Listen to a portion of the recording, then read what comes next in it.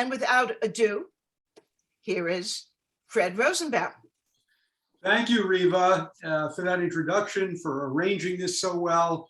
And thank you, Nili, for helping on the tech side. Really appreciate that. Now, there are half a dozen films on the Jews in wartime Shanghai. We chose this one because of its rare archival footage.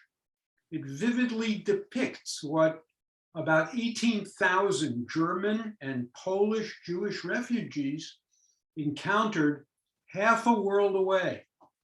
Unimaginable density, deprivation, even depravity. This movie is narrated by 4 refugees who candidly reflect the range of Jewish reactions to this exotic, turbulent environment. But there are aspects of the story that Port of Last Resort, made 25 years ago, could not cover.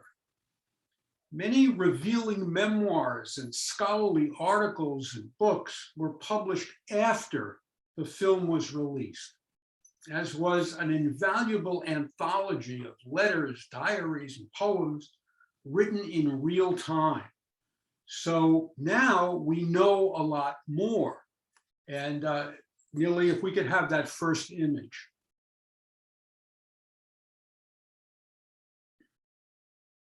This is an example of a work that came out just a few years ago, Voices from Shanghai. And I'm going to be drawing on it a number of times in this presentation. This was by the leading scholar in the field, Irene Eber, professor at Hebrew University in Jerusalem.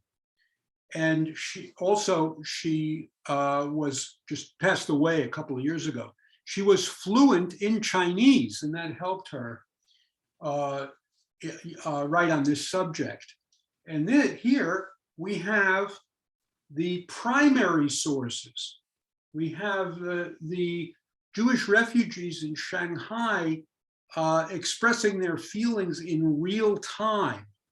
And as someone who co-authors Holocaust memoirs, I can tell you that that kind of source is so valuable, even more than someone 50, 60, 70 years later reflecting back on the experience. So that's an example of the kind of work that's been done since the film was made. Okay, you can remove that. Thank you. Shanghai in 1939 was in many ways the opposite of today's megalopolis, one of the most modern cities on earth. Our study group there 3 years ago rode the fastest train in the world. It's powered by electromagnetic levitation. In the fastest elevator in the world, we went up to the highest observation deck in the world, atop the tallest building in East Asia. For a crowded city of 22 million, Shanghai streets were remarkably clean. There were no homeless people or beggars in sight.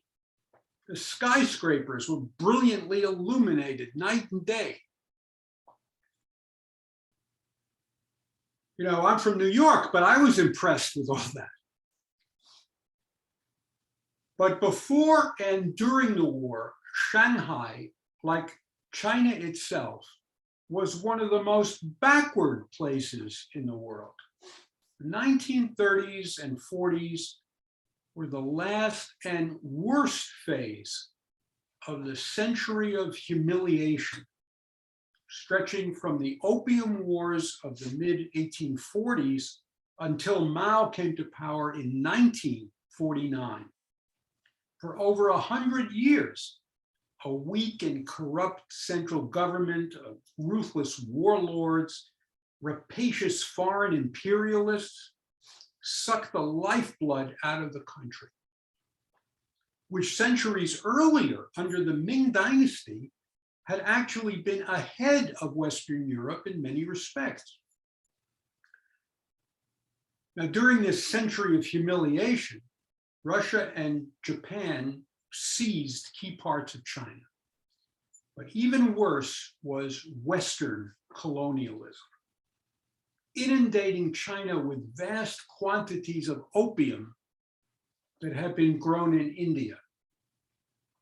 And that debilitated much of the Chinese population. Through one-sided treaties, the Europeans and Americans also set up foreign concessions. These were large districts at the ports, extraterritorial enclaves, you could say. The foreign countries had almost complete control. They ran the harbors, taxed imports and exports, operated their own banking and financial systems. They had their own administration and police. They shaped the architecture, especially on the grand riverfront promenade known as the Bund, distinctly European to this day. Can we see the next image, please?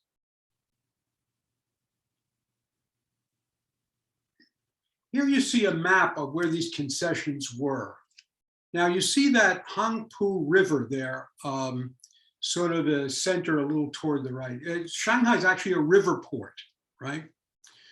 Thank you. So right there is where these foreign concessions set up for 100 years.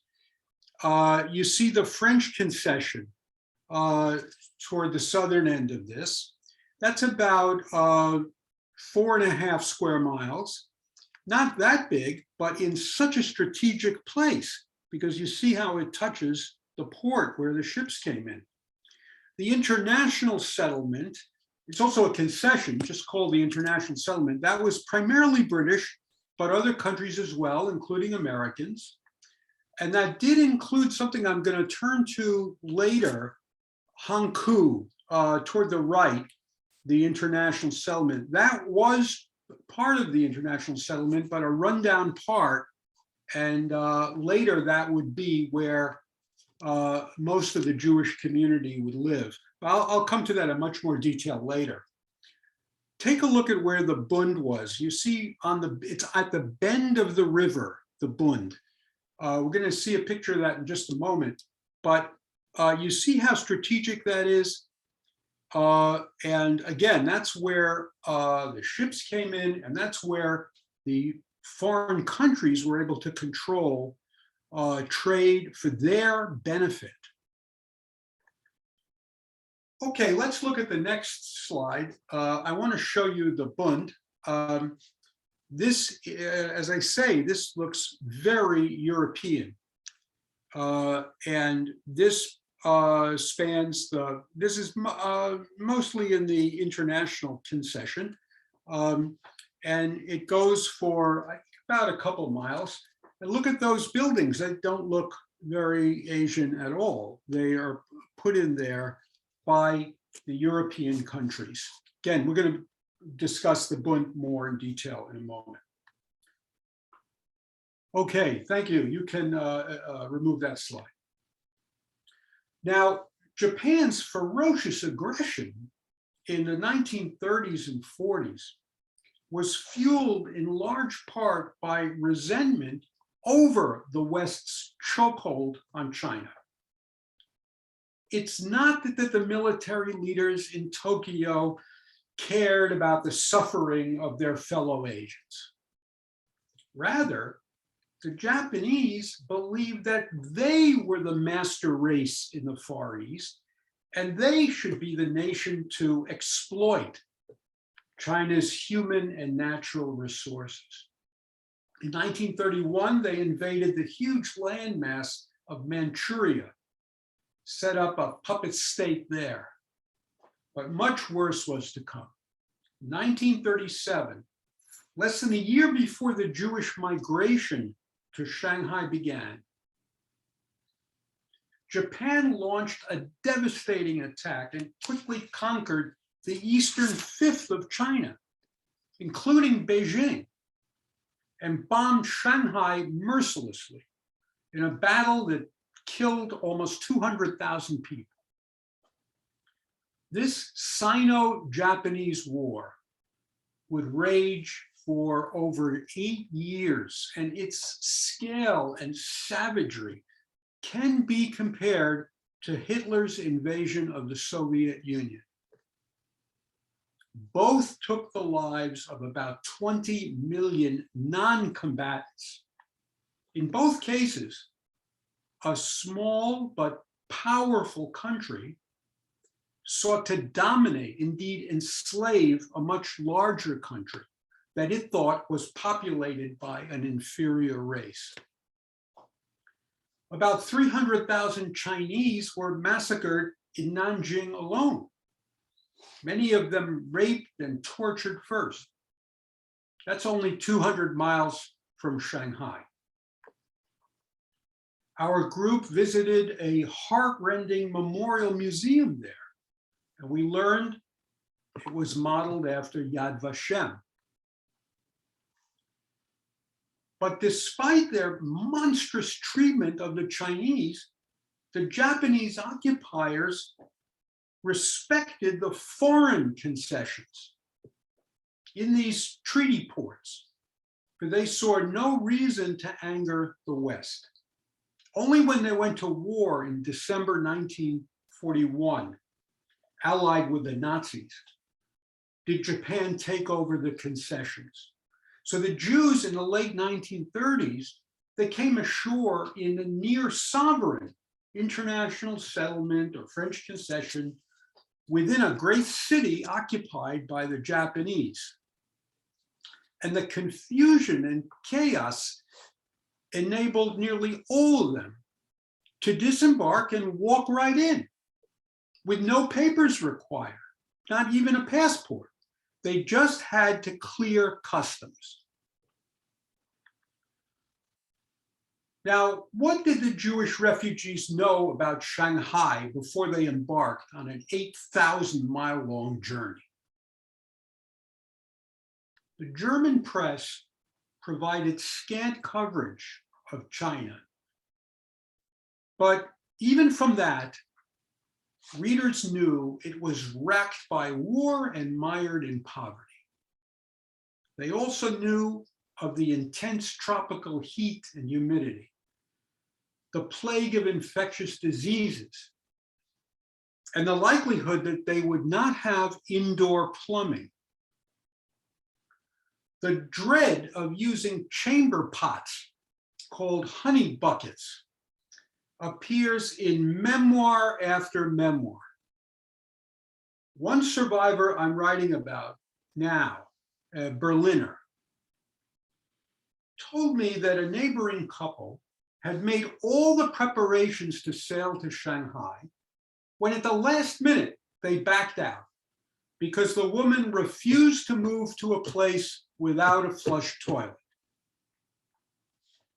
That couple stayed, and they were gassed to death in Auschwitz, the fate of the large majority of German Jews who did not immigrate. Now, Shanghai raised other challenges. Almost no German Jews felt they could master Chinese without years of rigorous study. You know, this was before the language was standardized and modernized. So learning the Shanghai dialect required memorizing many tens of thousands of characters. Language would be only one obstacle in making a living. Factory labor, for example, would be out of the question, given that the Chinese worked for pennies an hour.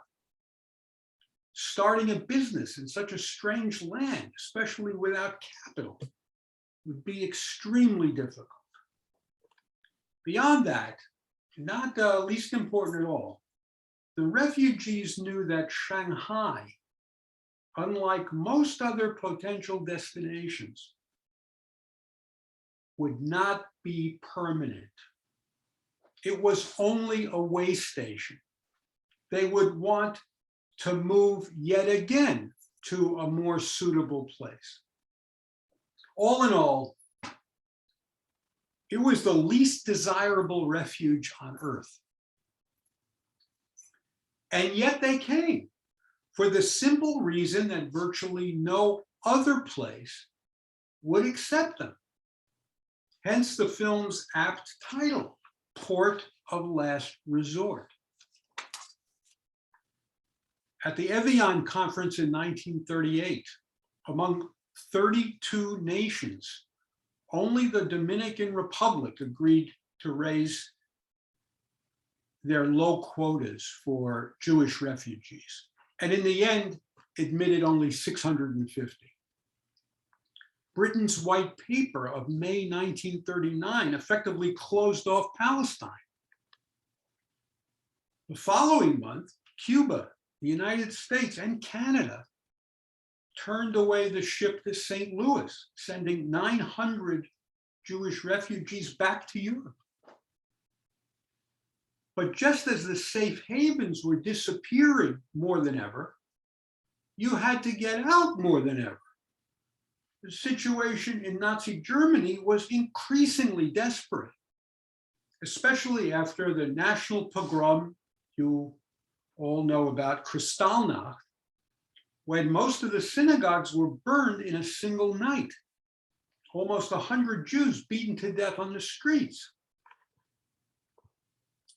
Shanghai was the only option requiring no documentation. Now, to be sure, the shipping lines required a passport and often a visa for China, but these could usually be obtained, albeit with delays. You know, at this point, the Nazi strategy was emigration. This was well before the final solution. They wanted Jews to leave. So one scholar turns around the question of why did 18,000 refugees come to this godforsaken place? He asks rather, why didn't many more come? Given that in Germany, Jews face such violent persecution. The answer is that it was extremely difficult to get tickets on the ocean liners. Usually only first-class cabins were available at a cost of over $4,000 a person in today's money. But even with that in hand, often after Jews sold valuables on the black market, even with that money, the spaces on board were already fully booked. Typically, people had to wait many months. A refugee interviewed in the film says her family bribed the cruise ship owner with 2 impressionist paintings in order to get tickets. By the way, one memoir blames Jewish organizations for not using their resources to charter more ships. Perhaps the number of German Jews who saved their lives by sailing to Shanghai, perhaps that would have doubled. Now, the ocean voyage, usually a month aboard a luxury liner, is almost always described in the memoirs as a wondrous interlude between the terror of Nazi Germany left behind and the hardship of Shanghai they were about to endure. Good food, enjoyable recreation, pleasant company, and most of all, the exciting ports of call. Port Said on the Suez Canal, Bombay, Singapore, Hong Kong. The many teenagers on board were enraptured by these near magical cities that they had only read about before. Can we see the next slide, please, Millie? Now, here's a quote from the memoir of Ernie Glazer. And I want to tell you all that Ernie is with us tonight. And he's participating in this program, and perhaps we'll say a few words after. I think many of you know Ernie. He and his late wife, Ellie, were very active, have been very active in Temple Isaiah. And his memoir, A Life Well Lived, is one of the best in this field. There are at least 30 memoirs of Shanghai Jews. And I chose this not only because Ernie is a friend and a former student, but because it is so revealing. Now, here's Ernie at age 14 at the city of Colombo, the capital of Ceylon, which is now Sri Lanka, a country currently in turmoil. In any case,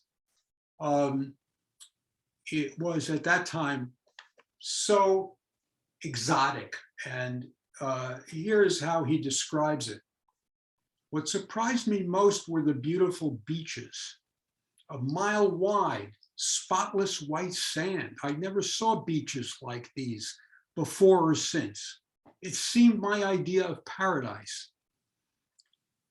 The architecture downtown was colonial British, and I was thrilled by the ambiance. Then we drove into the jungle and arrived at a lodge that seemed out of a Rudyard Kipling novel. To me, the entire scene seemed absolutely incredible. Okay, thank you. You can remove that slide. And then the shock of arrival in Shanghai, hitting like a thunderbolt.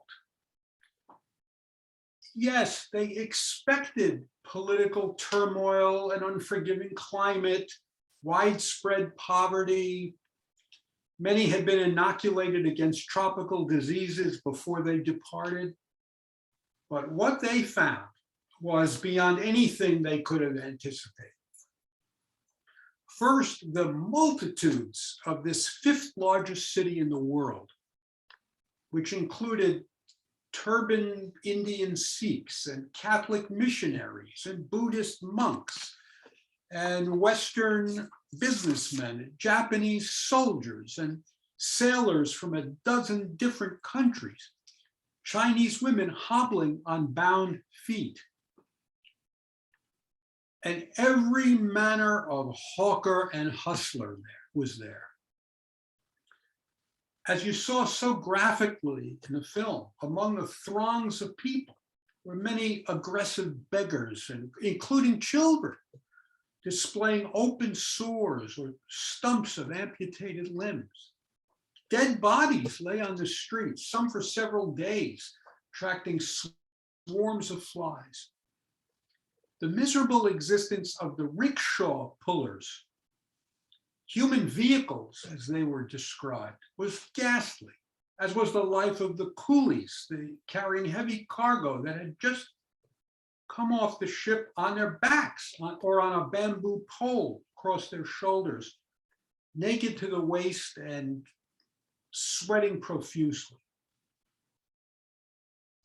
Lodging for the refugees usually consisted of one small room per family in dilapidated buildings on the narrow, filthy streets of that Hangkou district I mentioned before, where about half the refugees would live until 1943, until all of them were confined there in a kind of ghetto. This area had been especially hard hit by the Japanese Air Force in 1937 and was still full of debris. Most refugees were initially housed in large shelters called haima, with almost no privacy. Several thousand were fated to live in the haima the whole time. Wherever they lived, they were plagued by insects, rodents, fetid smells, contaminated water which had to be boiled before drinking. As shown in the film so well, perennial flooding sent a knee-high toxic brew through the streets. Raging through the city were dysentery, typhoid, cholera, malaria, tuberculosis. The daunting challenges of running a household invariably fell on the shoulders of Jewish women. Just one example was having to cook on a metal stove, sometimes only a large tin can, fueled by charcoal briquettes, which could take hours to ignite and smoke up the hovel for hours afterward. Yet, despite their own greatly diminished living conditions, most of the refugees felt that the Chinese had it much worse. Even coming from Nazi Germany, they were often burdened with guilt for not being at constant risk of dying of starvation like those around them. One poem, it's in that book that I showed you at the beginning, Shanghai Voices. One poem by a Jewish refugee is entitled, "A Rickshaw Coolie Dies at a Shanghai Dawn." After collapsing on the street in front of a Buddhist temple, he calls out, "A nail smolders in my foot, in my belly hunger smolders." He holds 3 pennies in his hand, and his dying wish is for those to go to his family. But instead, a temple servant comes out and takes the 3 cents as a donation. Now, aside from the wretched poverty they witnessed, many refugees were also appalled by the way the Japanese and even some Westerners in the concessions were treating the Chinese, humiliating, segregating, often assaulting them. The refugees themselves had been persecuted this way by the Nazis, of course, and the parallels were crystal clear. Several memoirists recall seeing signs on park benches reading, "No dogs or Chinese," just as they had seen signs in Germany saying, "No Jews allowed." Actually, recent scholarship has determined that no such sign of "No dogs or Chinese" ever existed. But there is no question that the parks and other public and private facilities in the concessions were segregated. That some Jewish refugees imagined "No dogs or Chinese" signs shows you how much the oppression of the local population resonated with their own recent past. The awful plight of the Chinese often stayed with the Shanghai landers, as they call themselves, their entire lives, sometimes determining their career paths. Michael Blumenthal, Secretary of the Treasury under Jimmy Carter, credits his youth in Shanghai for wanting to help shape public policies for the least advantaged. He writes, "Exposure to widespread poverty is why I became a lifelong social liberal." Blumenthal also got an education in vice. Like one of those interviewed in the film, he recounts a city awash with drug dealers, violent criminals, thieves, gamblers, con men, and above all, prostitutes, with hundreds of brothels catering to the port city's foreign sailors, businessmen, and many others. A long section of his memoir is called Temptation. Despite having grown up in a Jewish home with strict moral standards, he could not resist the, quote, debauchery and danger, the aura of erotic excitement. And Blumenthal tells us he visited gambling casinos, opium dens, and bordellos. Ernie Glaser had much more self-discipline than Blumenthal. But even he, egged on by his friends, was introduced to sex, to quote from his memoir, in a Chinese whorehouse. I checked with Ernie before saying this. It's in his memoir. Fearful the entire time, he concludes it was not the greatest experience.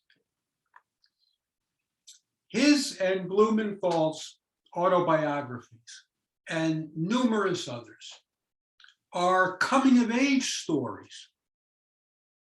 Coming of age in Sin City. I mean, think about it. Most of the memoirs are written by those who arrived in Shanghai in their mid-teens and left in their mid-20s.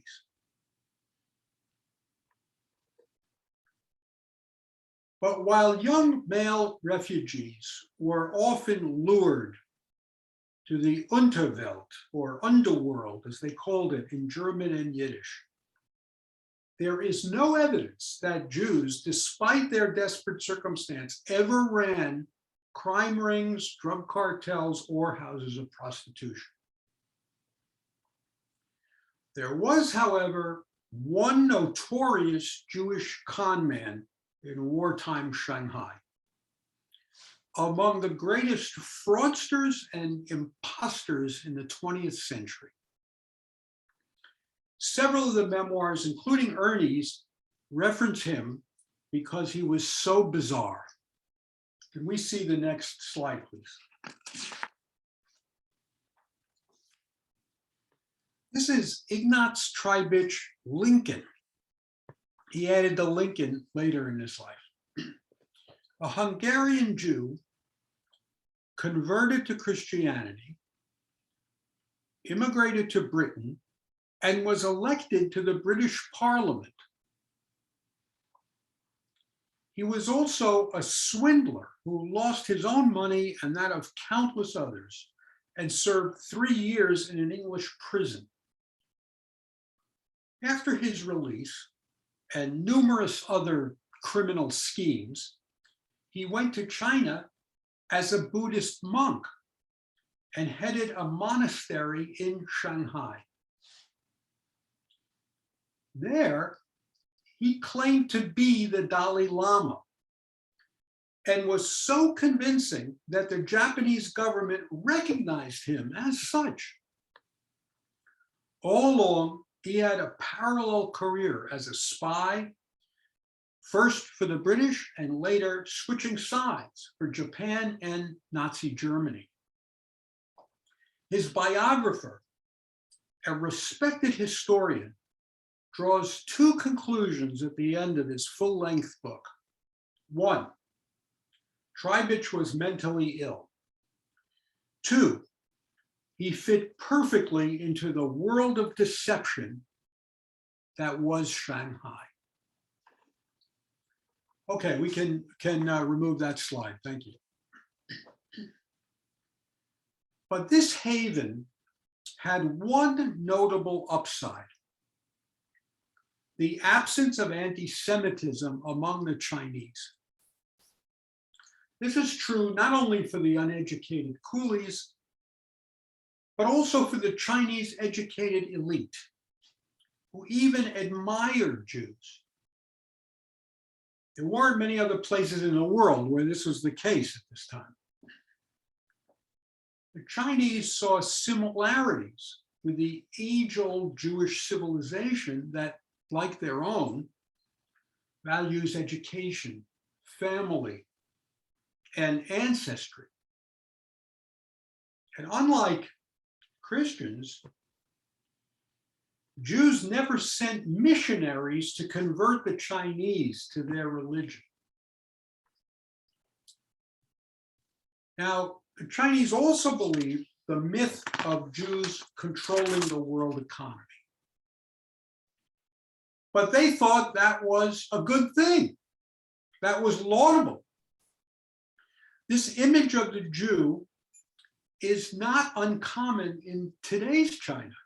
And there are contemporary books praising rabbinic texts, but with titles like the Talmud, The Secrets of Making Money. Now, the Japanese held this philo-Semitic view as well and tolerated Jews in Shanghai because they wished not to alienate world Jewry, which they thought was all powerful. They remembered their war against Russia in 1904, when the New York Jewish banker Jacob Schiff financed the Japanese war effort and gave as a reason the suffering of his own people under the Tsarist regime. But the Japanese still could have been rabid anti-Semites during World War II. Among the Germans in Shanghai were Wehrmacht and SS officers, as well as spies and propagandists who influenced the occupational authorities. The refugees sought to counter this. Soon after Japan allied itself with the Nazis, the Japanese military governor of Shanghai summoned a delegation of Jewish community leaders and asked its rabbi, "Why do the Germans hate you people so much?"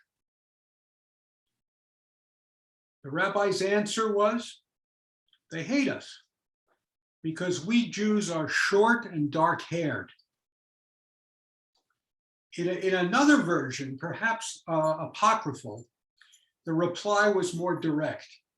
"The Nazis hate us because they think we're Orientals." Now, that clever response helped, but during the entire war, naturally, Jews felt they were walking a tightrope, filled with fear about Tokyo's ultimate plan for them. Rumors flew that they were to be deported to slave labor camps or forced onto ships that would be sunk in the Pacific. In the end, the Japanese policy was cruel and repressive, but despite Nazi pressure, it was not murderous. In February 1943, they forced all the refugees into that Hankou ghetto, a bombed out slum about 1 square mile, already overpopulated with half the German Jewish community and 100,000 Chinese. The sadistic Kano Goya, calling himself king of the Jews, was the only one who could issue passes for refugees to leave the ghetto. He was more a megalomaniac than an anti-Semite, but was dreaded and despised by Jews in the way they would regard a heartless Nazi functionary back home. Recall the film's convincing first-person account of 3 Jews capturing Goya after Japan's surrender and beating him up, although not killing him. Now, what I find most astounding about the Jewish experience in Shanghai is the resourcefulness, the resilience, and resolve of the refugees. As Michael Blumenthal writes, it was what Jews had been forced to do over the centuries: sell, trade, hustle, improvise. Jewish builders even worked to upgrade the alley houses in Hankou. Skills and hobbies were now drawn upon as livelihoods. The film shows a successful Viennese-style coffee house, an enterprising newspaper publisher. Others eked out a living as musicians, tutors, clerks, mechanics, typewriter repairers. Often the wife had to be the breadwinner, and one flourished as an exporter of fine garments. She had cleverly brought to Shanghai samples of stylish men's sports coats, and then hired Chinese workers to copy the patterns and produce them. Through the international settlement, she shipped abroad the top-of-the-line clothing along with locally manufactured silk stockings and underwear. Of course, all that ceased after Pearl Harbor. But the worldwide upheaval of the Pacific War, while disastrous for business, did not impede Jewish life in Shanghai, which blossomed remarkably. There were 8 Jewish newspapers in German, Polish, Russian, the latter carrying a page in Yiddish. There were cabarets, concerts, plays, movies, sports clubs, youth groups. 50 restaurants and bars catered to the refugee community. There were 6 synagogues, as well as one of the world's greatest yeshivas, transplanted from Vilna. There were excellent schools providing academic and vocational training. There were 3,500 students in the Ort schools alone. Ernie attended one of those and later also learned the import-export business, all of this in the midst of this Shanghai experience. There were numerous Jewish welfare agencies, and although hunger was rampant, particularly during the ghetto period, malnutrition obviously makes one more susceptible to other diseases. It appears that not one Jewish refugee died directly of starvation, which was the leading cause of death in the ghettos of Eastern Europe. So after the war, when they learned what happened in Europe, the Shanghailanders would consider their exile as paradise compared to the fate of those left behind. But unlike most other diaspora communities, this one rarely mixed with the non-Jews in their midst. Very few learned Chinese or Japanese, even though they were in Shanghai for about a decade. Interracial friendships occurred, but were hardly common, and romantic relationships were rarer still. Yet there was one point of intimate Jewish-Chinese contact. It's not shown in the film. I'm speaking of the Amma, or Chinese nanny or caregiver, whose wages were so low, they often worked all day just for a healthy meal, that even hard-pressed refugee families could afford to hire them. They usually formed a rock-solid bond with the Jewish children in their care. An example is Peter Max, the Berlin-born artist who designed many of the vividly colored posters of the psychedelic and pop art movement of the 1960s and 70s. I think most of you know of Peter Max. He credits his beloved Shanghai Amma for teaching him how to paint, and was devastated having to leave her when his family departed in 1948. He recounts that he could not stop crying on the ship. He lost contact with his Amma and returned to Shanghai decades later to find her, but to no avail. However, the Jews living in Shanghai permanently before the refugees arrived, they often did have close contact with the Chinese that went far beyond the Amma.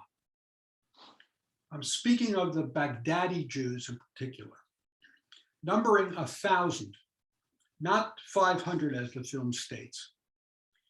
They made a great impact on the city as a whole and on the German Jewish arrivals in the late 1930s. At one point, Baghdadi Jews held 1/3 of all the seats on the Shanghai stock exchange. 3 Baghdadi Jews in particular had made immense fortunes in Bombay the Sassoons, the Hardoons, and the Kaduris. They were among the richest families in the world. Can we see the next image, please? Now, the most flamboyant of these Baghdadi Jews was Victor Sassoon, from a deeply religious Sephardi family, but who rarely practiced Judaism or any other faith. He was known for lavish acquisitions all over the world, mansions, yachts, prize-winning racehorses. He was also a notorious womanizer and a celebrity in the city's wild nightlife. And here you see some of the images reflecting that. Now, if we could have the next slide. That's it. In addition to expanding his family's colossal import-export empire, which I must say included opium, in the late 1920s, he built a world-class 10-story Cathay Hotel on the Bund. The Cathay Hotel is the one with the pyramid top. And that was at the time the tallest in Asia. Adding the Metropole Hotel and the Grosvenor House, where President Nixon stayed in 1972, many other properties, he is known as the man who changed the face of Shanghai. And if you see the building just to the right of the Cathay, Sassoon built that too, towering even above the Cathay Hotel. He later built that just to house his many enterprises. And he, the Kaduris, the Hardoons, they built many of the rest of the buildings on the Bund and the buildings behind that. There is a full-length book about these Shanghai Baghdadi merchant princes. And just from the title, you can glean their importance. The Kings of Shanghai, the rival Jewish dynasties who helped create modern China. Okay, we can remove that, thank you. Now, these families had lived for generations in India as British citizens and either fled Shanghai or were interned as enemy aliens after Pearl Harbor. They enter our story because before that, they were enormously generous to the Jewish refugees. Their only source of support until the Joint Distribution Committee could set up its operation.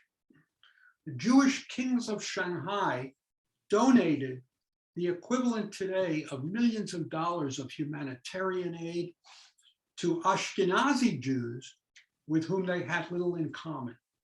And that was only the beginning of their efforts, especially for Victor Sassoon. It may have been atonement for having lived such a luxurious and licentious life in a city of such poverty. He worked behind the scenes with top Japanese officials to ease the plight of the refugees. In addition to providing food, shelter, and a hospital, clinics, and medical equipment, Sassoon set up vocational schools for more than 200 refugees. He turned an entire floor of one of his skyscrapers into a reception center for the new arrivals. He installed a kitchen in the basement to feed 1,800 people a day. He hired Jews to work in his hotels and other businesses. But of course, they became unemployed once the Japanese closed down his Shanghai empire in late 41. Now, when the war ended 3.5 years later, Sassoon calculated the wages that his refugee workers would have earned in that time and presented them with a check for the full amount. One of his purchasing agents was the Berliner Ted Alexander, who used the windfall to immigrate to America and establish himself in the Bay Area as a rabbi. He led the first services of Congregation B'nai Shalom, and later was spiritual leader of B'nai Emunah in the Sunset District for many, many decades. Now, the Kaduri family set up the outstanding day school mentioned in the film, with English as the language of instruction. In other words, preparing the refugees for a future destination. Now let's look at the next slide. This was a gift of the Hardoon family. They had endowed a grand synagogue, which you see here, back in 1927, named Beit Aharon, for their patriarch, Aaron Hardoon. And you can see from the image on the right, you know, this Sephardi Moorish interpretation of synagogue architecture. It was much larger than this small Baghdadi community would ever need. And in 1940, the Hardoons turned it over to the students and faculty of a Polish yeshiva arriving in Shanghai, the only yeshiva out of hundreds in Eastern Europe to survive the Holocaust completely intact. They were housed and they prayed and studied in the Hardoon synagogue. Okay, you can remove that. Now, how did this happen? How could a yeshiva be transported like this? Well, after the outbreak of the war, the renowned Mir Yeshiva could operate in Vilna because somehow little Lithuania was still independent, although fearful of an impending Soviet or Nazi invasion. In fact, it would later be ravaged by both. But in this tense, foreboding summer of 1940, the students and faculty of the yeshiva were among those who descended on Lithuania's capital, Kaunas, where Japanese consul Kiyune Sugihara was issuing transit visas that would enable refugees to cross the Soviet Union and mainland Japan on the way to Shanghai. Unlike a sea voyage, which was now almost impossible, the overland route always required such a visa, transit visa. Consul Sugihara took pity on the hundreds of desperate Jews who mobbed his consulate every day. Although his government in Tokyo cabled him to stop, and he knew that defying his superiors would ruin his diplomatic career, he worked around the clock to give out these life-saving documents. His wife brought him his meals at his desk. He slept only a few hours a night. He soon ran out of the printed forms and then wrote out the official wording by hand. The Japanese Schindler, as he is often known, issued several thousand transit visas, about 1,000 to refugees who went on the grueling, seemingly endless journey across Siberia to Shanghai. They traveled on the Trans-Siberian Railroad to the Soviet port of Vladivostok, then took a steamer to Japan and then another ship to Shanghai.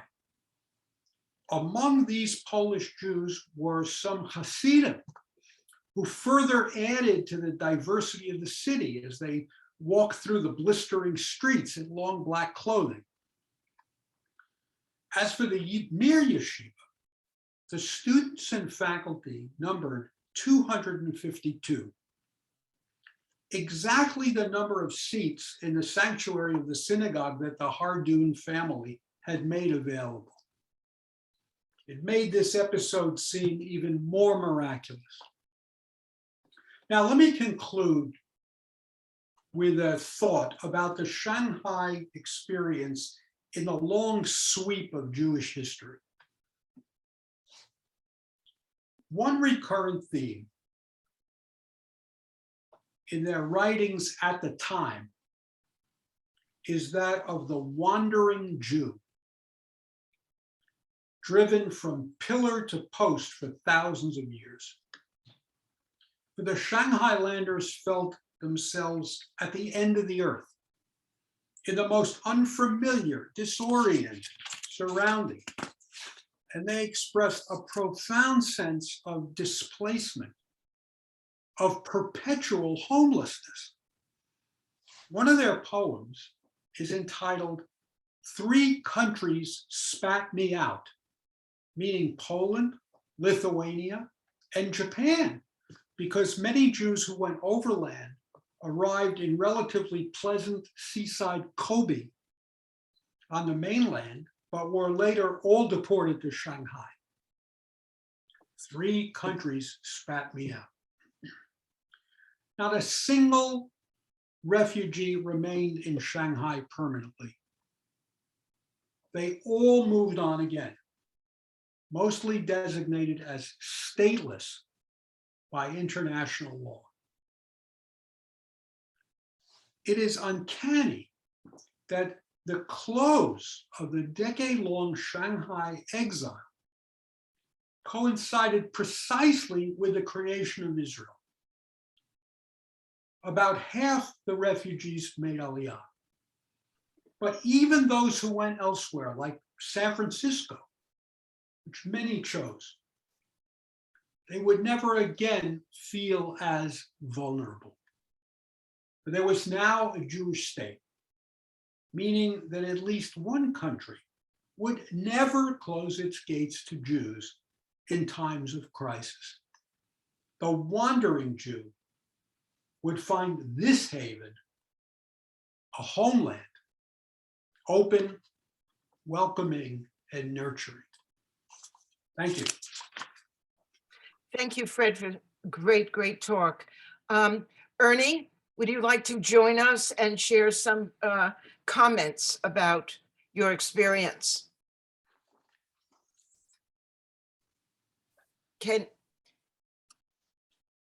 Ernie, are you? We can unmute you. Let's see. Well, whenever Ernie wants to join. Okay, sure, of course.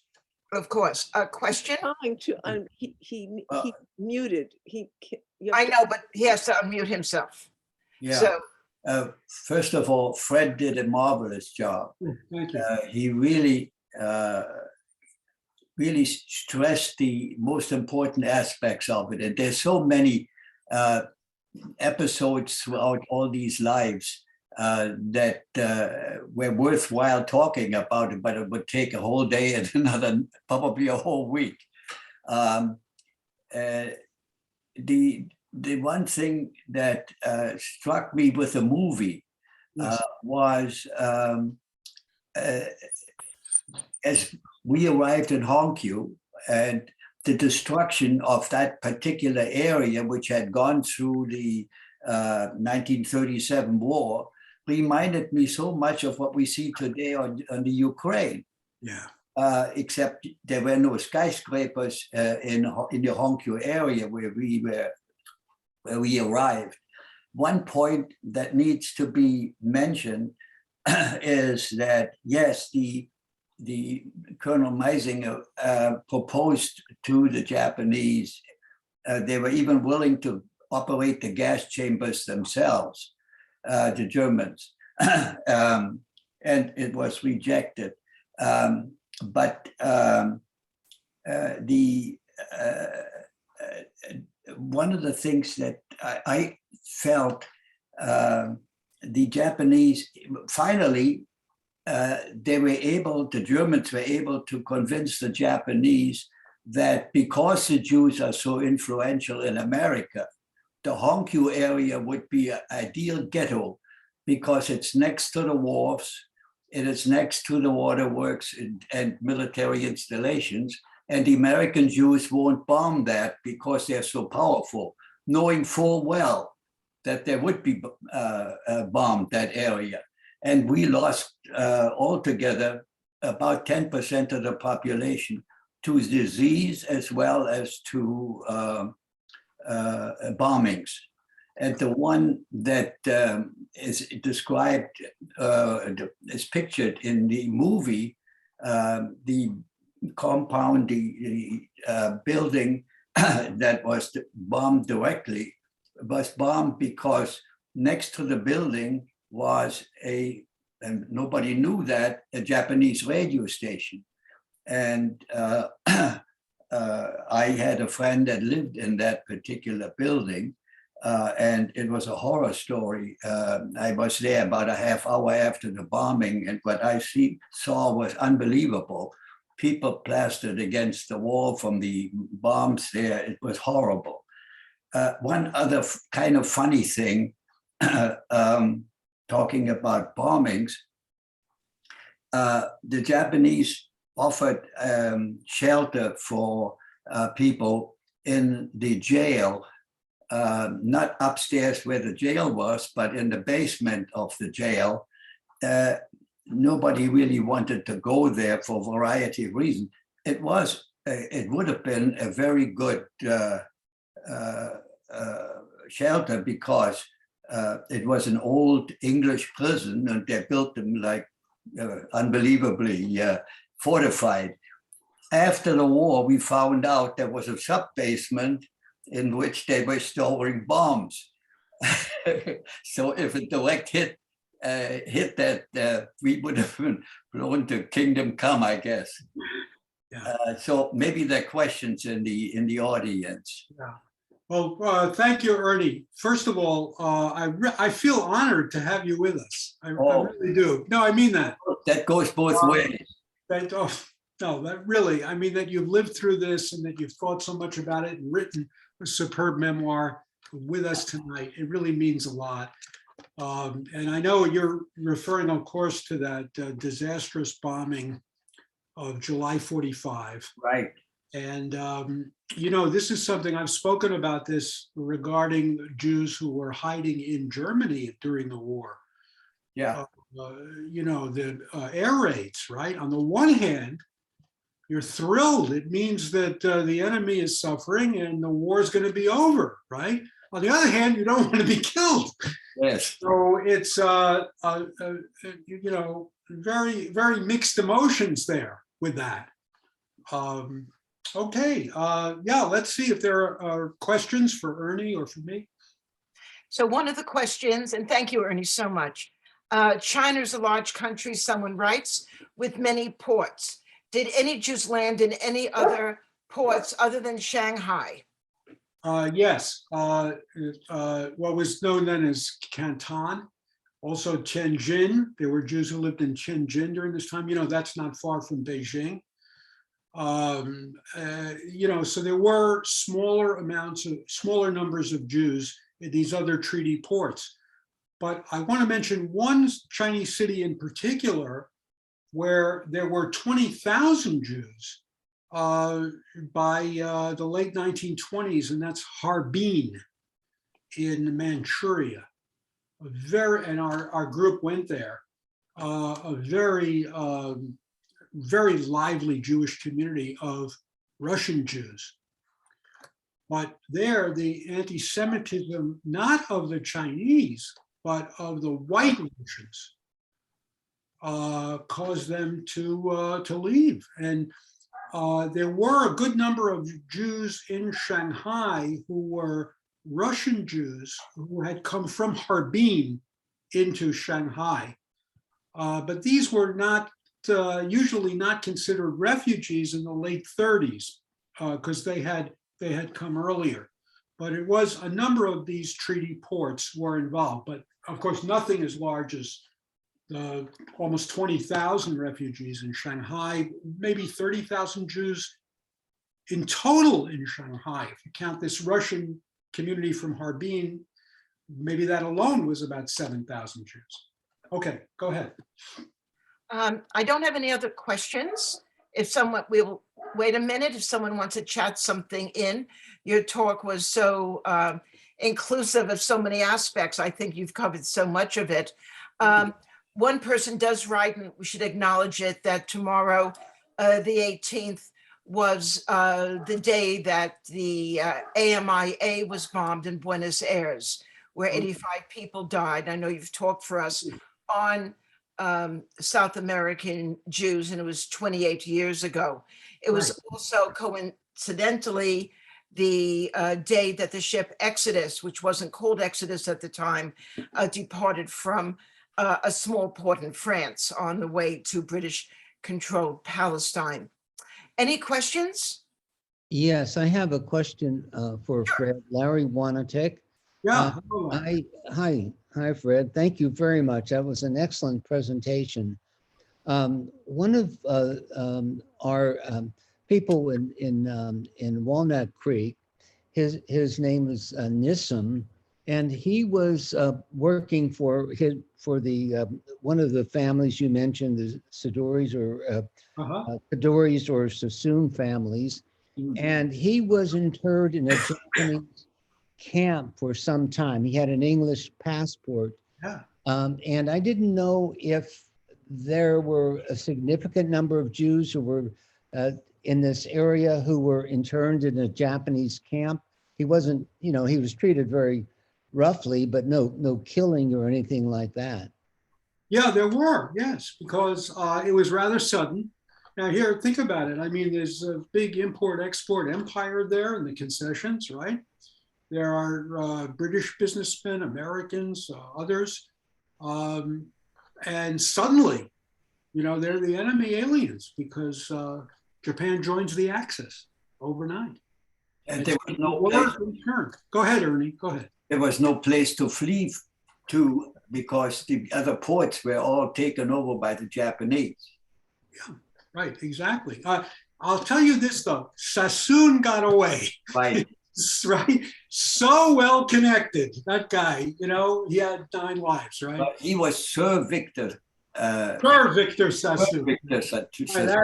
So he actually got away, and he even came away with much of his fortune after Mao took over in '49.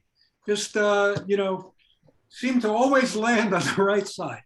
But you see, even some of the other leading Baghdadi families were interned, which is really something. Some of the wealthiest people in the world, as I said, but also a good number of other Jews who were, businessmen that were connected to allied countries. So that's absolutely right, Larry. Yeah, Kadori owns the Peninsula Hotel chain. And he lives in Hong Kong, or he lived in Hong Kong before it was taken over. I don't know whether he's still there now. Yeah. Okay, any other questions? Someone writes that her father never talked about his experiences. Was this common? Do you know that were people ashamed because maybe some of their family in Germany or elsewhere didn't survive the Holocaust? The Holocaust in general. Yeah. Which he mentions in Shanghai, but yes, it could be. Yeah, it's really in a way, it's two different things because, as I ended with Shanghai, after the war, the Shanghai landers felt they were in paradise compared to what happened in Europe. So they spoke about it quite a bit. It's also, you can see the adventure of it. So that made for great stories. But this is a big subject, but those who went through the Holocaust, especially if it was a death camp, after the war, many of them were in a state of shock, and they spoke about it among themselves quite a bit, but often waited for decades to really share the stories with their children. So that is definitely a pattern. It's also the guilt feeling on the part of many of them because maybe their parents were killed and they survived, or relatives were killed and they survived. Sure. Also, just a sense of, giving up on the world and what is humanity if people could do this to one another.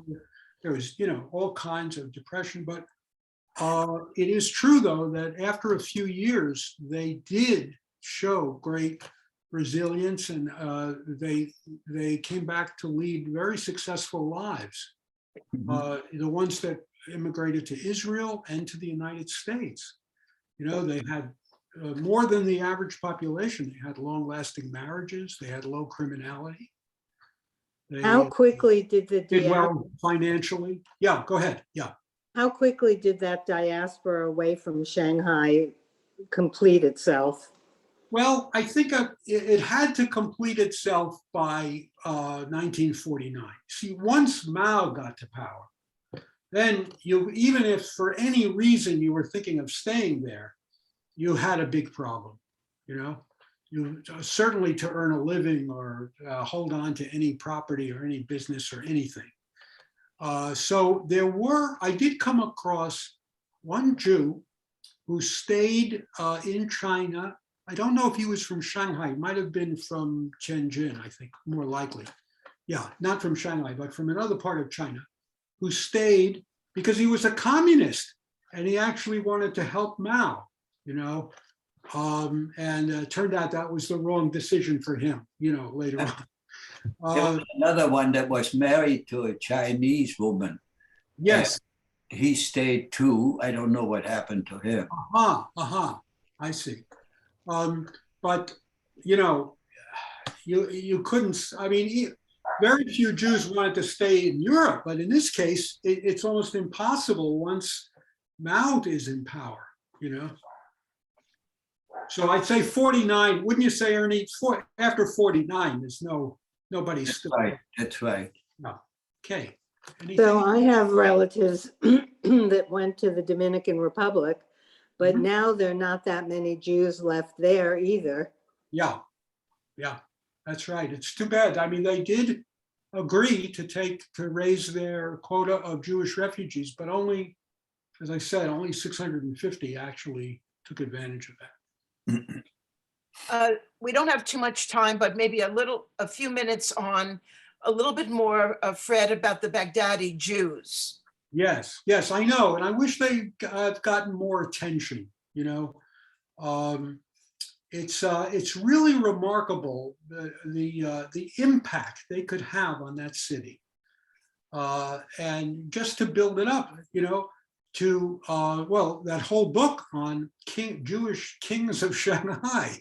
Right. They really modernized Shanghai. They were the ones at the forefront of making it, Western European, and as one author puts in his title, creating modern China. So there's really a lot about them that I wish there were more. There are some. You could follow them in some of the recent scholarship, articles about them, but they're kind of academic. I still think their story is yet to be told. Do you I know want to thank. why they came to begin with? Yeah, because these were Baghdadi, right? And some of them were really talented, gifted businessmen. And they were really in India for generations before they came to Shanghai. It's where they followed opportunities for economic development, I would say that. Around what year, do you know? Yeah, I'd say they started to come into Shanghai turn of the century, Even before, they came after the Opium Wars. Oh, okay, so that's mid 19th century. Yeah, and they were young people, the sons, nephews, and so on, of those that lived and did very well in India, in Bombay primarily. Yeah. And they were sent not only to Shanghai, but also to Singapore. And I think there were some in Manila too, if I'm not mistaken.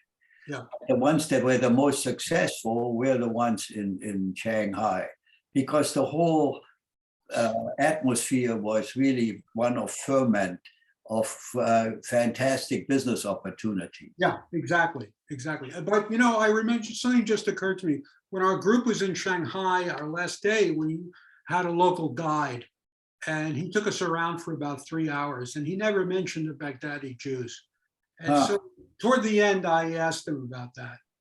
And, you know, especially we're at the Bund and we're seeing these buildings. Right. He said, well, you know, they dealt in opium. I mean, as if that was a reason not to discuss them. I would discuss them and say that they did deal in opium, but that's just part of this very important story in terms of modern China. Yeah, when they came, opium was like marijuana today.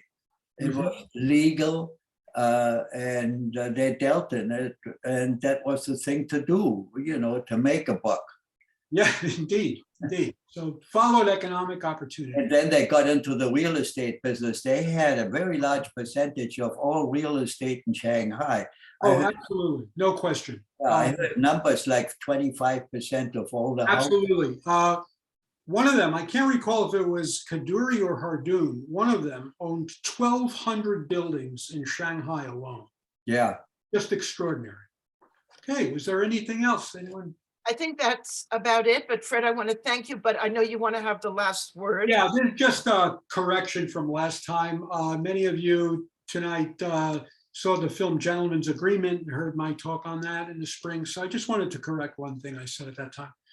This was in answer to a question about anti-Semitism in during the Cold War. And I mentioned the Rosenberg case as having engendered that. And I said that Julius and Ethel Rosenberg stole the secrets of the atom bomb. That's really not precise. They were tried and convicted of conspiracy to commit espionage. It was really Ethel's brother, Julius's brother-in-law, David Greenglass, who actually stole the secrets and gave them to the Soviets.